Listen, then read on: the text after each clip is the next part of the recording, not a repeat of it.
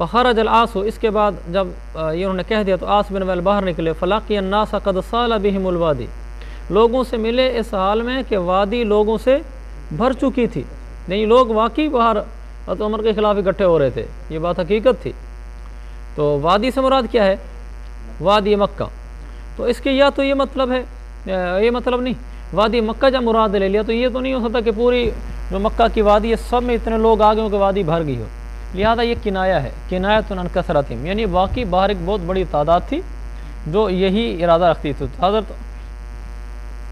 تو پھر عاص بن وائل نے ان سے پوچھا این تریدون، کہاں کا ارادہ ہے؟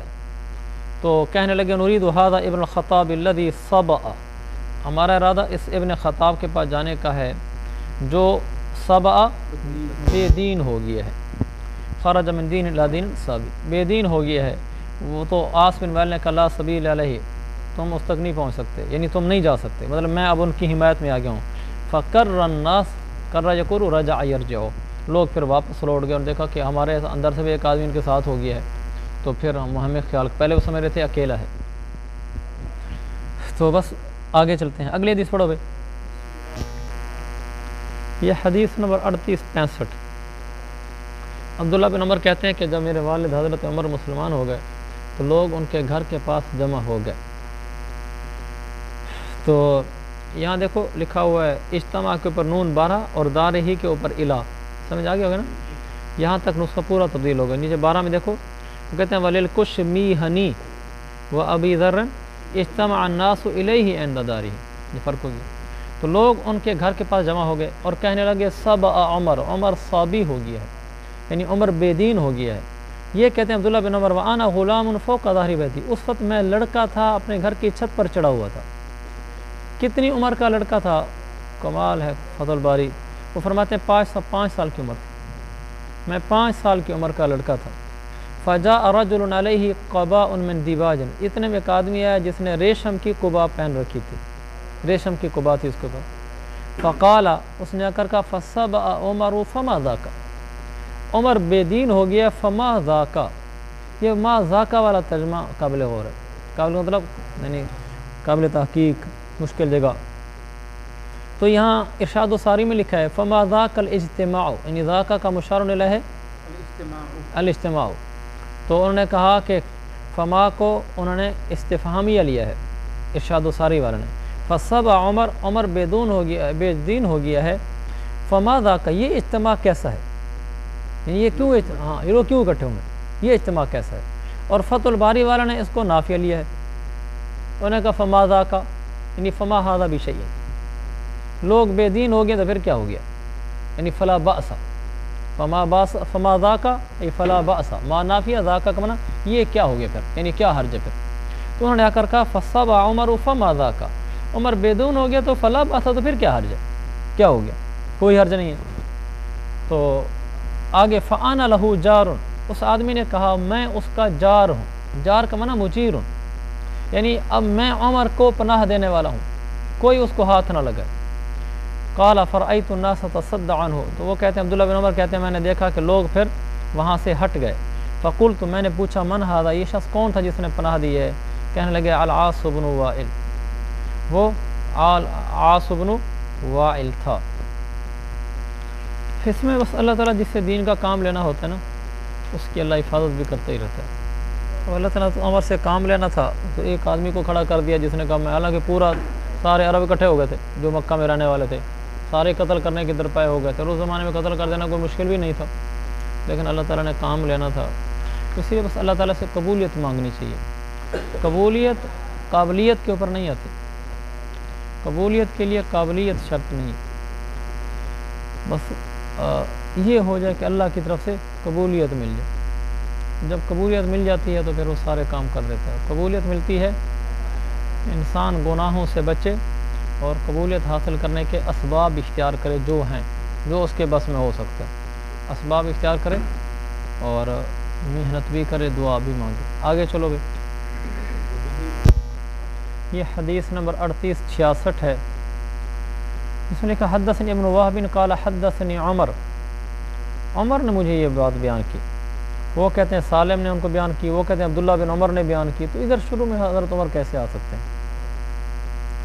تو اس میں دیکھیں سحر کا حاشیہ سہارنپوری رحمۃ اللہ علیہ کا حاشیہ، وہ فرماتے ہیں شروع میں حدثنی عمر ای عمر بن محمد بن زید بن عبداللہ بن عمر، تو اس سے مراد عمر ہے، اگرچہ حضرت عمر مراد یہاں نہیں ہے لیکن انہوں نے عمر لکھا ہے۔ قال الکلابازی ہوا عمر بالواو بن الحارث، کلابازی نے کہا ہے کہ نہیں یہ عمر بن حارث ہے، تو لہذا یہ جو عمر لکھا ہوا نا اور مراد لیا گیا کہ عمر بن محمد بن زید بن عبداللہ بن عمر، ایسا نہیں ہے، بلکہ یہ راوی عمر بن حارث ہے اور کاتبوں نے اس کو عمر لکھ دیا ہے، لیکن یہ عمر۔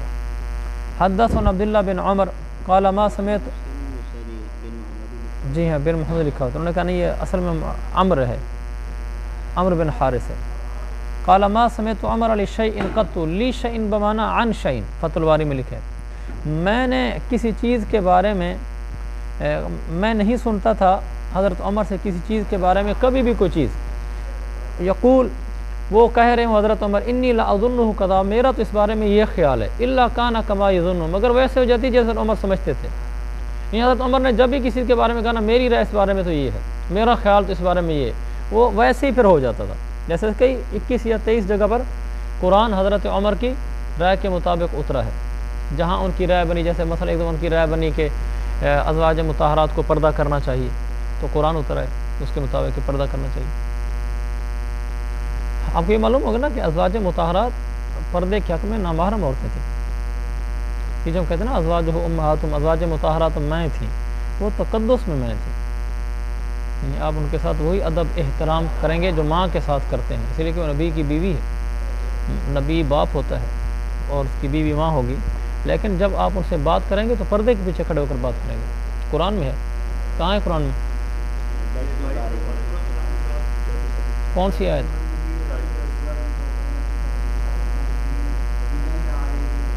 جب ان سے آپ بات کریں گے تو پردے میں کریں گے۔ اذا سألتموہن متاعا فاسألوہن من وراء حجاب، جب آپ ازواج مطہرات سے کچھ پوچھنے جائیں یا کوئی چیز لینے مانگنے جائیں تو پردے کے پیچھے کھڑے کر کریں، تو ازواج مطہرات سے بھی پردے میں بات کرنے کا حکم ہے اور قرآن کی نص ہے۔ چلیں بینما عمر جالسا، تو وہ کہتے ہیں ایک دفعہ حضرت عمر بیٹھے ہوئے تھے، اذ مر به رجل جمیل، ایک آدمی ان کے پاس سے گزرا، بڑا خوبصورت قسم کا آدمی تھا۔ یہ جو رجل کہا ہے کہ ایک آدمی گزرا خوبصورت، یہ کون آدمی تھا؟ اب محدثین کی تحقیق دیکھیں کس طریقے سے پتہ چلے گا کون آدمی تھا، دوسری روایات دیکھیں گے۔ اب ہم نے وہ روایت دیکھی، ایک کتاب ہے معرفت الصحابہ ابو نعیم کی، اس میں یہ روایت مل گئی۔ ایک کتاب امام بخاری کی التاریخ الکبیر، وہاں مل گئی۔ التاریخ الکبیر میں حدیث نمبر 1050 اور معرفت الصحابہ میں حدیث نمبر روایت نمبر 3551، ان دونوں میں لکھا ہوا ہے داخل رجل یقال له سواد بن قارب السدوسی علی عمر فقال یا سواد، وہاں یہ واقعہ وہاں لکھا ہوا کہ ایک آدمی داخل ہوا جس کو کہا جاتا تھا سواد بن قارب السدوسی، سواد سین کے ساتھ، قارب قاف کینجی کے ساتھ، سدوسی دونوں سینے۔ تو یہ طریقہ ہے کسی روایت کو ڈھونڈنے کا، اور وہ مل گیا، میں نے عرض کیا 2 کتابوں کے حوالے سے، ان کے حدیث نمبر بھی میں نے آپ کو بتا دیے۔ کتابوں کا نام یا آدمی کا نام، سواد بن قارب السدوسی،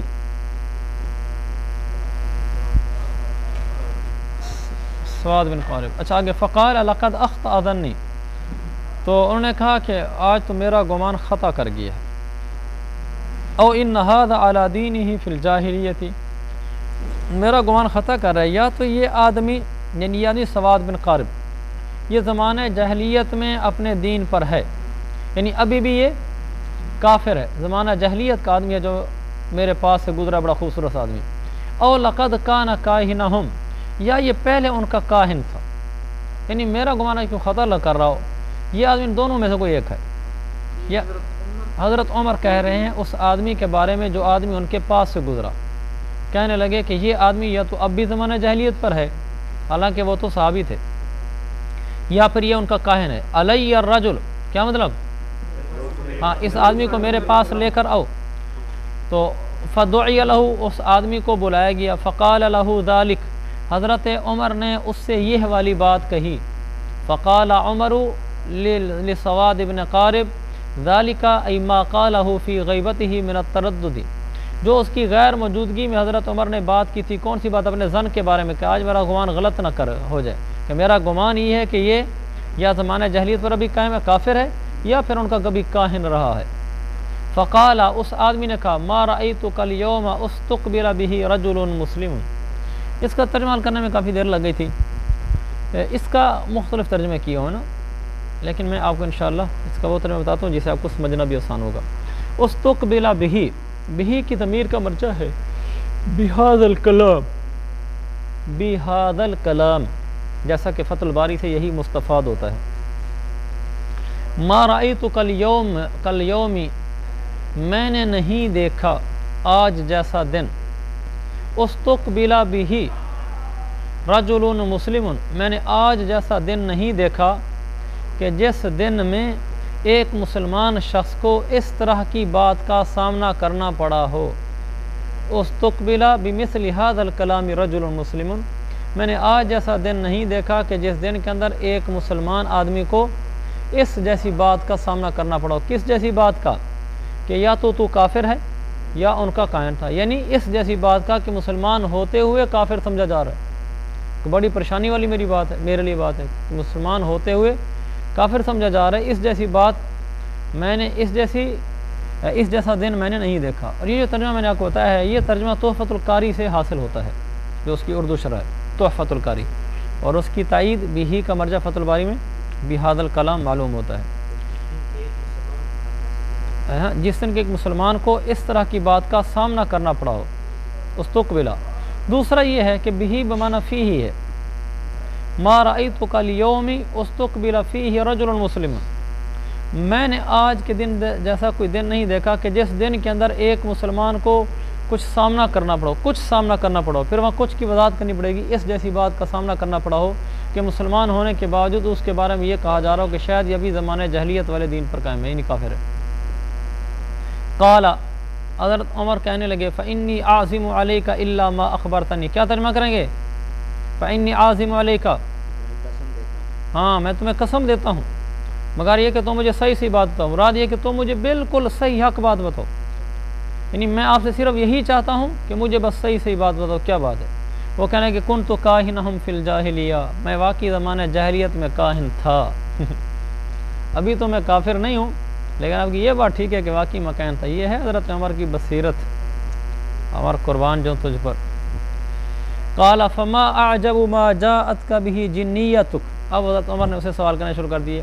فما اعجب، فتح الباری میں لکھا ہے کہ ما استفہامیہ ہے، ما اعجب مضاف ہے، ما جاءتک بہ جنیتک یہ مضاف الیہ ہے، جو تیری جنیہ یعنی جن کی مونس تیرے پاس عجیب باتیں لاتی تھی، ان میں سب سے زیادہ عجیب بات کیا تھی؟ کیونکہ جن عجیب چیزیں لے کر آتے ہیں، ان میں سب سے عجیب بات، وہ کہنے لگا بینما انا یوما فی السوق، وہ عجیب بات یہ کہ ایک دفعہ میں بازار میں تھا، اذ جاءتنی، کہ اتنے میں وہ میرے پاس آئی، عارف فیہا الفزع، مجھے وہ گھبرائی ہوئی لگ رہی تھی، تو میں نے کہا الم تر، وہ کہنے لگی، اس نے یہ اشعار پڑھے، یہ اشعار ہیں، الم تر الجن و ابلاسہا وَيَأْسَهَا مِن بَعْدِ إِنْكَاسِهَا وَالْحُوقِهَا بِالْقَلَاسِ وَأَحْلَاسِهَا، یہ اشعار کے وزن پر ہے۔ تو وہ کہنے لگی کہ کیا آپ نے جنوں کو اور اس سے خوف کو نہیں دیکھا کہ آج جن ہیں اور خوف میں گھبرائے ہوئے ہیں، وَيَأْسَهَا مِن بَعْدِ إِنْكَاسِهَا، اور جنوں کی نا امیدی کو نہیں دیکھا، من بعد انکاسیہ، ان کے سر کے بل گرنے کے بعد، کہ آج آپ نے جنوں کو سر کے بل گرنے کے بعد نا امیدی کی حالت میں نہیں دیکھا۔ یہ مشکل جگہیں ایسی جگہ ترجمے میں آتی ہیں کہ جہاں آتا نا کسی عبارت کا ترجمہ کرنے، وہ اس جیسی باتیں ہوتی ہیں، اس جیسی نہیں ہوتی جاء عمر وقال له فقال له رجل، اس طرح کی باتیں نہیں آتی ترجمے میں، تو یہ مشکل جگہوں ترجمہ خیال کر کے یاد رکھا کرو۔ یأسہا من بعد انکاسیہا، اس کی نا امیدی کو دیکھا اس کے سر کے بال گرنے کے بعد، کیا تم نے نہیں دیکھا؟ والحوقیہا بالقلاس واحلاسیہا، قلاس قلاس دونوں پڑھتے ہیں، جوان اونٹنیاں، احلاس ٹاٹ، لحوق ملنا، تو کیا اس بات کو نہیں دیکھا کہ وہ ٹاٹ ٹاٹ نہیں ہوتے بوریوں والا ٹاٹ جس پر آدمی سوتا ہے، کہ جوان اونٹنیاں لحوقہا یعنی لحوقہا بالقلاص، وہ جنات جا کر مل گئے ہیں جوان اونٹنیوں کے ساتھ اور ان کے ٹاٹوں کے ساتھ، وہ جنات جا کر ملے ہیں جوان اونٹنیوں کے ساتھ اور ان کے ٹاٹوں کے ساتھ۔ تو یہ تیسرا، پہلے دو جملے تو بالکل آسان ہیں کہ جن آج گھبرائے ہوئے ہیں، جن سر کے بل گرے ہوئے ہیں اور نا امید ہوئے پڑے ہیں، لیکن یہ تیسرا جملہ ہے، یہ قابل تشریح ہے کہ جنات جا کر جوان اونٹنیوں سے جا ملے اور ان کے ٹاٹوں سے جا ملے۔ اس کا کیا مطلب ہے؟ اس کے کئی مطالب ہیں۔ نمبر ایک، وہ جنات جو الٹے گرے وہ اونٹنیوں والی جگہ میں جا کر گرے، وہ جنات اونٹنیوں والی جگہ پر جا کر گرے۔ اور نمبر دوسرا مطلب، دیہاتوں میں جا کر گرے۔ اونٹنیوں میں جا کر ملے کا مطلب دیہاتوں میں جا کر گرے جہاں اونٹنیاں ہوتی ہیں۔ تیسرا مطلب، یہ جنات عربوں میں جا کر گرے، یعنی عرب لوگوں کے ساتھ جا کر ملے، کیونکہ کلاس بول کر اہل کلاس مراد لیا گیا ہے، اور اہل کلاس کون تھے؟ عرب۔ تو اس سب کا مطلب یہ ہے یعنی ان کے دین اسلام پر آ گئے، یعنی عرب لوگوں کے ساتھ جا کر ملے، اس کا مطلب وہ دین اسلام پر آ گئے۔ تین مطلب ہو گئے۔ چوتھا مطلب جو فیض الباری میں لکھا ہے، اب بستیوں میں ان کی آمد و رفت نہ ہوگی، اونٹنیوں وغیرہ کے ساتھ جنگل میں رہیں گے، یعنی اونٹنیوں میں جا کر گرے، اس کا مطلب یہ کہ اب انہوں نے جنگلوں میں جا کے ڈیرا ڈال لیا، اب وہیں رہیں گے، اب وہ بستیوں میں نہیں آئیں گے جہاں انسان بستے ہیں، بلکہ جانور میں رہیں گے جہاں جانور بستے ہیں، جانور جنگلوں میں بستے ہیں، لہذا اب جو جنگل میں جا کر گرے اور اب وہیں رہا کریں گے، بستیوں کی طرف نہیں آیا کریں گے۔ ہاں، پہلا ہے اونٹنیوں والی جگہ میں جا کے گرے، دوسرا دیہاتوں میں جا کر گرے، اور تیسرا عرب لوگوں کے ساتھ جا کر ملے، چوتھا جنگلوں میں جا کر گرے کہ وہ جنگلوں میں رہا کریں گے، یہاں دیہاتوں میں تو بستیاں ہیں، بستیوں میں تو انسان رہتے ہیں، وہ جنگلوں میں جا کر اب اونٹنی وغیرہ جانوروں کے ساتھ رہیں گے۔ قال عمر، حضرت عمر نے کہا صدق، سچ کہا، بینما انا نائم عند آلہتہم، واقعی ایک دفعہ کی بات ہے میں بھی ان کے بتوں کے پاس، آلہتہم معبودوں کے پاس، یعنی بتوں کے پاس سویا ہوا تھا، اتنے میں ایک آدمی ایک بچڑا لے کر آیا اور اس کو ذبح کیا بت کے پاس۔ جب بچڑا ذبح کیا، فصرخ بہ صارخ، تو ایک زوردار چیخنے والے نے آواز لگائی، میں نے اتنی سخت آواز میں چیخ لگانے والا پہلے کبھی نہیں سنا۔ تو جو آواز آ رہی تھی تو وہ کیا آ رہی تھی؟ وہی آواز آ رہی تھی، یا جلیح، اے سمجھدار آدمی۔ جلیح کا معنی سمجھدار، حاشیے میں لکھا ہے دشمن، اور فیض الباری میں لکھا ہے چالاک آدمی، تو یہ ترجمہ زیادہ مناسب لگتا ہے، چالاک، فیض الباری میں، اے سمجھدار آدمی، امر النجیح، ای ھذا امر النجیح، ایک کامیابی والی بات ہو گئی ہے۔ رجل الفصیح، وہ یہ کہ کوئی ایک آدمی آیا ہے دنیا میں، فصیح، رجل فصیح، ایک عمدہ بولنے والا، ایک فصیح آدمی آیا ہے، وہ یہ کہہ رہا ہے لا الہ الا انت، یعنی صرف معبود اللہ ہی ہے۔ فوثب القوم، جب یہ آواز سنی تو قوم چھلانگ مار کے چلے گی۔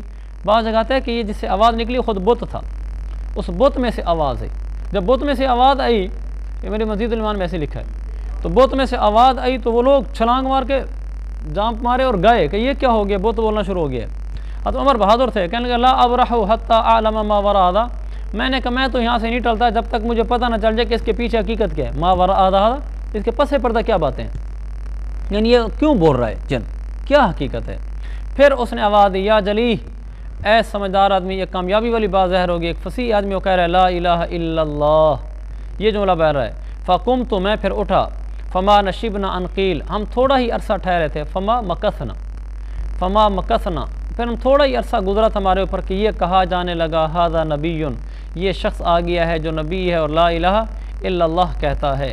اگلے حدیث ہم پہلے پڑھ چکے ہیں، وہاں میں نے اس کا حوالہ دے دیا تھا، پڑھی ہے نا، کل سے انشاءاللہ باب انشقاق القمر۔